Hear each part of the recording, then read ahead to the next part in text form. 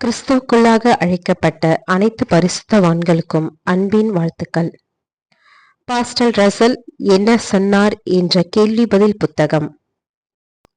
இந்த கேள்வி புத்தகத்தின் முன்னுரை மற்றும் இந்த கேள்வி புத்தகத்தின் தோற்றம் கிபி 1916 ஆண்டு மாநாட்டு அறிக்கையின் நகல்கள் தேவைப்படும் சத்திய நண்பர்களுடைய எண்ணிக்கைக்காக கிட்டத்தட்ட கோடைக்காலம் முழுவதும் காத்திருந்த பிறகு கிடைத்திட்ட எண்ணிக்கைக்கு ஏற்ற போதுமான பிரதிகளை அச்சிடும்படிக்கு அச்சிடுபவரிடம் கேட்டுக்கொண்டேன். அச்சகங்களும் அதனை அச்சடிக்க தொடங்கி புத்தகத்தின் ஒரு பாதி வரைக்கும் அச்சடித்திருந்தன. இந்த நிலையில் பாஸ்டர் ரசல் அவர்கள் தனது பூமிக்குரிய ஓட்டத்தை நிறைவு செய்ய அச்சடிப்பது நிறுத்தப்பட்டது. உடனடியாக நண்பர்கள் சகோதரர் ரசல் அவர்களின் வார்த்தைகள், அதிலும் குறிப்பாக பல்வேறு கேள்வி கூட்டங்களின் அறிக்கைகள் தங்களிடம் கட்டாயம் இருக்க வேண்டும் என்று கூறி அந்த அறிக்கைகளின் பதிப்புகளை அச்சடித்து தருமாறு கேட்கலாயினர். இதன் விளைவாக ஏற்கனவே அச்சிடப்பட்ட அனைத்து பிரதிகளும் விரைவாகவே தீர்ந்து போயின. மற்றொரு பதிப்பிற்கும் வாய்ப்பு இல்லாமல் போனது. பிரதிகளை கேட்டுக்கொண்ட நண்பர்களுக்கு என்ன செய்வது என்பதுதான் எங்களிடம் இருந்த கேள்வியாக இருந்தது. பின்னர் கடந்த 12 ஆண்டுகளாக பல்வேறு மாநாட்டு அறிக்கை இதழ்களில் வெளிவந்த அனைத்து கேள்வி பதில்களையும் பாஸ்டர் ரசல் பதிலளித்த மற்ற கேள்விகளோடு சேர்த்து பதிலளித்த ஆண்டிற்கு ஏற்ப அனைத்தையும் வகைப்படுத்தப்பட்டு பட்டியலாக உருவாக்கி அட்டையிடப்பட்ட பெரிய புத்தக வடிவில் தொகுக்கும்படிக்கு கர்த்தர் எங்கள் மனதை ஏவினார். இதன் விளைவாக கிட்டத்தட்ட 700 பக்கங்கள் கொண்ட இந்த தொகுதியானது உருவாயிற்று. இப்பணியானது தேவனுக்கே அர்ப்பணிக்கப்படுகிறது. அவருடைய அர்ப்பணிக்கப்பட்ட பிள்ளைகளுக்காகவே தயாரிக்கப்பட்டுள்ளது. இப்புத்தகம் தேவனுக்கே மகிமை உண்டாக்கி அவருடைய அர்ப்பணிக்கப்பட்ட பிள்ளைகளுக்கு ஆசீர்வாதமாக அமைய வேண்டும் என நாங்கள் ஜெபிக்கின்றோம், விசுவாசிக்கின்றோம். நம்முடைய இருதயங்களை பெரிதும் ஆசீர்வதிக்கும் வகையில் பல நண்பர்கள் இப்புத்தகத்தின் தயாரிப்பு வேலைக்கு உதவியுள்ளனர். வாசகராய் வைக்கப்பட்டுள்ளதாக நாங்கள் நம்பும் ஆசீர்வாதம் இந்த புத்தகத்தை பயன்படுத்துவதன் மூலம் அவர்களுக்கு கிடைக்கும் பட்சத்தில் எங்களுக்கான பலனை நாங்கள் அடைந்ததாக உணர்வோம். இதனோடு கர்த்தருடைய ஆசீர்வாதம் கடந்து வருவதாக. இப்படிக்கு அவரது ஊழியத்தில் இருக்கும் LW Jones MD. Pastor Russell என்ன சொன்னார்? இந்த புத்தகமானது ஏறத்தாழ 12 வருட மாநாட்டு அறிக்கைகளில் இருந்தும் பல வருட காவற்கோபுர கட்டுரைகளில் இருந்தும் எடுக்கப்பட்டன. பாஸ்டர் ரசல் அவர்கள் மாத்திரம் பதிலளித்த நூற்றுக்கணக்கான கேள்வி பதில்களை தன்னகத்தை கொண்டுள்ளது. காவர் கோபத்தில் இருந்து எடுக்கப்பட்ட கேள்வி எங்கும் இடம்பெற்றிருந்தாலும் அங்கே அந்த ஆண்டை தொடர்ந்து Z என்னும் ஆங்கில எழுத்து இடம்பெற்றிருக்கும். அந்த எழுத்து இடம்பெறவில்லையினால் அது மாநாட்டு அறிக்கையிலிருந்து எடுக்கப்பட்ட ஒரு கேள்வியாக இருக்கும். பாஸ்டர் ரசல் அவர்கள் கூறியவை கேள்விகள் பதில்கள். ஆரோன் ஆசிர்வதிக்கும் போது நிஜம். கேள்வி எண் 5 1911 ஆண்டு கேட்கப்பட்ட முதல் கேள்வி. மோசேயும் ஆரோனும் ஜனங்களை ஆசிர்வதிப்பதற்கு வெளியே வந்த போது ஆரோன் யாரை அடையாளப்படுத்தினார்? பதில்: தேவனுடைய தெய்வீக பிரமாணத்தை அடையாளப்படுத்துகிறவராக இருந்து ஜனங்களை ஆசிர்வதிப்பதற்கு மோசே அங்கு நிற்கிறவராக இருந்தார் என்றும் மற்றும் ஆரோன் அங்கே நிற்கிறவராக இருந்தார் அல்லது பலியை செலுத்தி இருந்த பிரதான ஆசாரியரை குறிக்கிறதாக இருந்தார் என்று நான் அனுமானிக்கின்றேன். நியாயப்பிரமாணத்தை கொடுத்த மோசே அங்கே நீதியின் பிரதிநிதியாக நின்றிருந்தார் மற்றும் பலியை செலுத்தி இருந்த ஆசாரியன் ஆசீர்வதிப்பதற்கு கூட இருந்தார். ஆகவே 1000 வருஷங்களின் காலத்தில் உலகத்தை ஆசீர்வதிக்கும் அந்த காட்சியில் ஆரோனுடைய நிஜமாக கிறிஸ்து நிற்பார் மற்றும் அவருக்கு பக்கத்தில் மோசேயினால் அடையாளப்படுத்தப்படும் தெய்வீக பிரமாணம் இருக்கும். தேவனுடைய முழுமையான பிரமாணம் மற்றும் தேவனுடைய வல்லமை ஒவ்வொன்றும் ஆசீர்வதிப்பதற்கும் மற்றும் இவ்விதமாக செயல்படுத்தப்பட்டிருக்கின்ற ஏற்பாடுகளை செயல்முறைக்கு கொண்டு வருவதற்கும் அங்கே இருக்கும். ஆரோனின் ஆசாரியத்துவம் நிஜமாக பிரயோகப்படுத்தப்பட வேண்டும். கேள்வி எண் 5 1911 ஆண்டு கேட்கப்பட்ட இரண்டாம் கேள்வி. ஆரோனுடைய ஆசாரியத்துவம் தங்களுடைய ஆசாரியத்துவத்தை 1000 வருட யுகத்தில் செயற்படுத்தும் என்று காண்பிப்பதற்கு வேதவாக்கியம் ஏதும் நாம் பெற்றிருக்கின்றோமா? பதில்: இவ்விதமாக போதிக்கிறதாக நாம் புரிந்து கொண்டிருக்கிற ஒரு வேத வாக்கியம் மல்கியாவின் புத்தகத்தில் காணப்படுகிறது. இந்த வசனம் கோருகிறது, கர்த்தர் தம்முடைய ஆலயத்திற்குள் வரும்போது அவர் உட்கார்ந்து வெள்ளியை புறமிட்டு சுத்திகரித்துக் கொண்டிருப்பார். அவர் லேவியின் புத்திரரை சுத்திகரித்து அவர்கள் கர்த்தர் உடையவர்களாய் இருக்கும்படிக்கு நீதியாய் காணிக்கையை செலுத்தும்படிக்கும் அவர்களை பொன்னை போலவும் வெள்ளியை போலவும் புடமிடுவார். மல்கியா 3ஆம் அதிகாரம் 3ஆம் வசனம். சிலர் இந்த வேத வாக்கியத்தை சொல்லர்த்தமான முறையில் லேவியின் புத்திரருக்கு உரிதாக்குவார்கள். ஆனால் இது நிஜமானதாக சபை லேவித்துவத்தை அமைப்பை உள்ளடக்கியதாக இருக்கிறது என்றும் மற்றும் இவர்கள் ஆவிக்குரிய லேவியர்களாக இருக்கின்றனர் மற்றும் அவர்கள் நிஜமான லேவியர்களாகவும் ராஜரிக ஆசாரியத்துவமாக பிரியமான பலியை தேவனுக்கு செலுத்துவதற்கு சுத்திகரிக்கிறவர் அவர்களை ஆயத்தம் பண்ணுவார். விபத்துகள் 1000 வருஷ யுகத்தில். கேள்வி எண் 5. 1912ஆம் ஆண்டு கேட்கப்பட்ட கேள்வி: 2ஆம் மரணத்திற்குள்ளாக போகிற பாவிகளை தவிர 1000 வருஷ யுகத்தில் விபத்துகளும் மரணமும் இருக்குமா?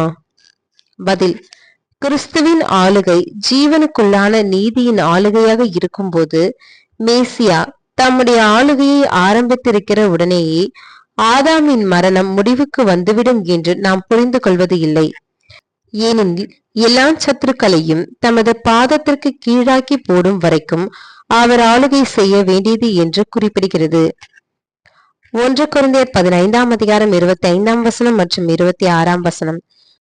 ஜனங்கள் 1000 வருஷங்களின் காலத்தில் கிட்டத்தட்ட ஆதாமின் மரணத்திற்குள்ளாக இருப்பார்கள் மற்றும் ஆதாமின் குறைபாடு மற்றும் மரணத்திலிருந்து படிப்படியாக வெளியேறி மனுஷிக சுவாபத்தின் பரிபூர்ணத்திற்கு உள்ளாக வருவார்கள் என்று புரிந்து கொள்ளப்படுகிறது.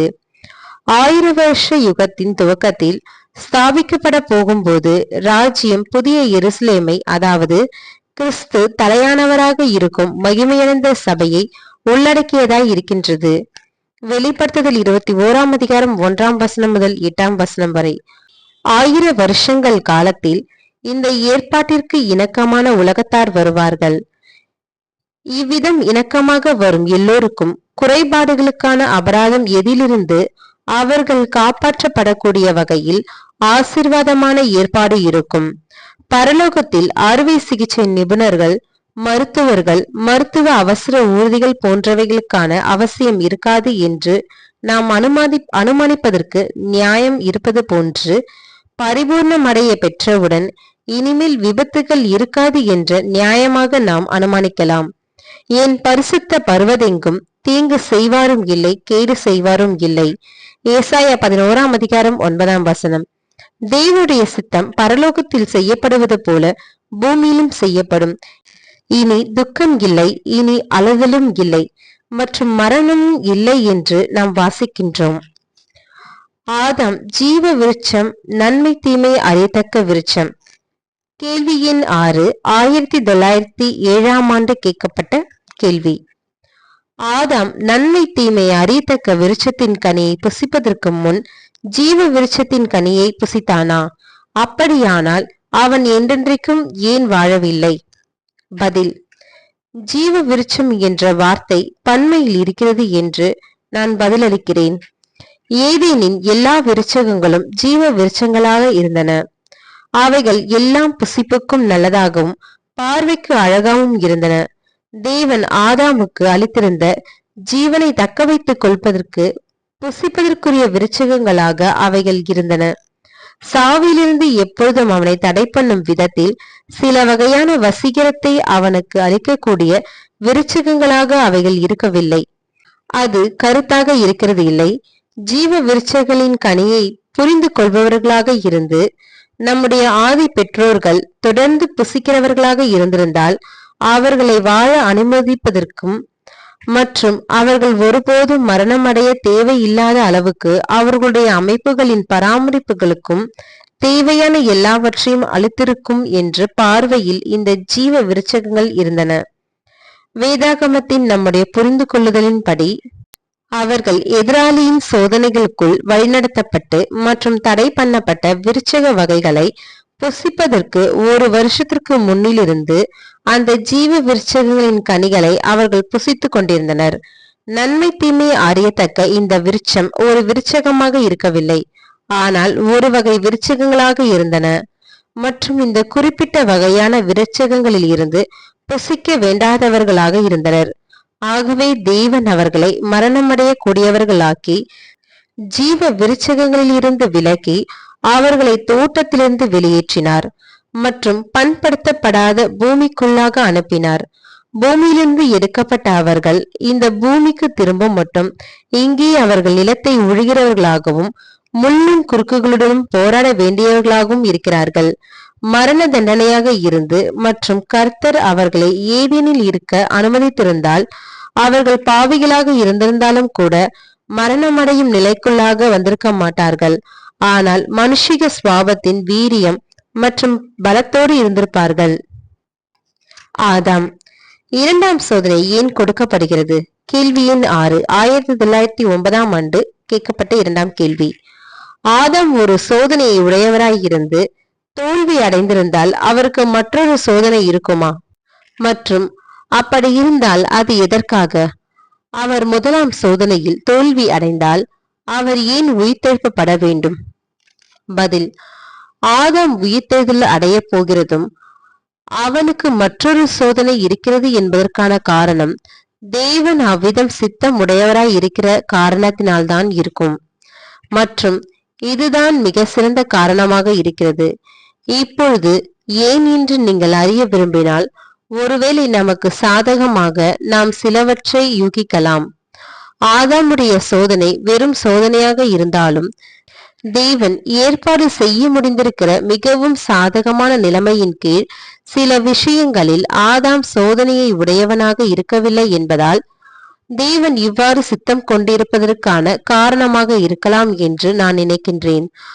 ஆதாம் மனதளவில் முழுமையாக திறன் கொண்டவராக இருந்தார், ஆனால் பெரும் சோதனை அவரிடம் வந்தது மற்றும் அனுபவத்தில் குறைவு காரணமாக அவர் தோல்வியடைந்தார். பரீட்சை அல்லது சோதனை எதுவாக இருந்தது? ஆதாம் வஞ்சிக்கப்படவில்லை என்று அப்போஸ்தலர் நமக்கு கூறுவது உங்களுக்கு ஞாபகம் இருக்கும். தான் செய்தது என்னவென்று அவர் அறிந்திருந்தார். அதாவது தேவனுடைய கட்டளையை மீறி விலக்கப்பட்ட கனியை அவர் புசித்தார் மற்றும் இது மரணத்தை அர்த்தப்படுத்தியது. இது குறித்து அறியாமை எதுவும் இருக்கவில்லை. பிறகு அவர் இதை ஏன் செய்தார்? அவர் அனுதாபம் கொண்ட அன்பின் காரணமாக அவர் இதை செய்தார் என்று கருத்துதான் இந்த விவரிப்பு உள்ளடக்கியதாக இருக்கிறது என்று நான் நினைக்கிறேன். அவர் மனைவி இல்லாதவராக இருந்திருந்தார் மற்றும் பல்வேறு வகையான பறவைகள் கீச்சிடுவதையும் மற்றும் மற்ற மிருகங்கள் சில சலசலப்புகளை உண்டாக்கும் போது இவையெல்லாம் மனுஷனுக்கு திருப்திகரமாக இல்லை. ஆகவே அவருடைய எலும்பிலும் எலும்புமாக அவருடைய மாமிசத்தின் மாமிசமாக தேவன் அவருக்கு மனைவியை கொடுத்தார் மற்றும் இந்த இனிமையான தோழமையை அவர் அனுபவித்து இருந்தார்.